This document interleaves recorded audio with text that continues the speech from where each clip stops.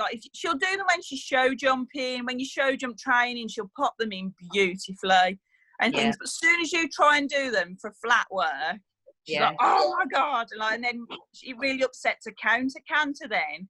Obviously at the moment, I need my counter canter more. So I was like, what type of things do you do to like introduce it into flat work? So, you know, make sure they can really collect. You know, you're very close to doing a flying change when you do a simple change. So make sure they're very correct, that, you know, she will come really, you know, nice and short and collected and do a correct simple change. Just to make sure that you don't go forward with your upper body, that you are sitting down. It's very easy to lift up and go forward as you're asking for the change. Make sure you have them, so you're cantering, say if you're going to do a left change, so you're on your right lead, get her really central, so rather than a slight, you know, little bit of right bend that you'd have in right canter, as you're preparing for the change, get her body absolutely straight, so her balance is very central.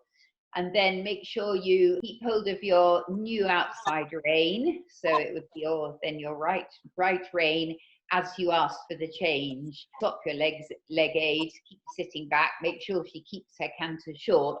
You want them nearly to be getting short, and you rev them up a little bit so that they nearly swap a little bit behind. It's quite easy to end up going a bit too collected and restricting them so much that you haven't got enough canter for them to be able to produce the change.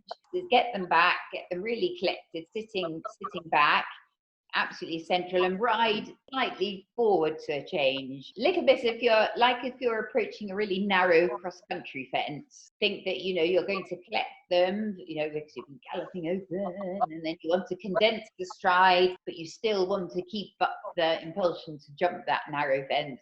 That's a little bit like how you should feel to then do the change.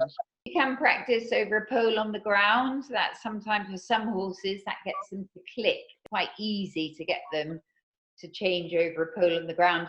If you struggle, just lift it up so it's a tiny jump. That's a good way to change.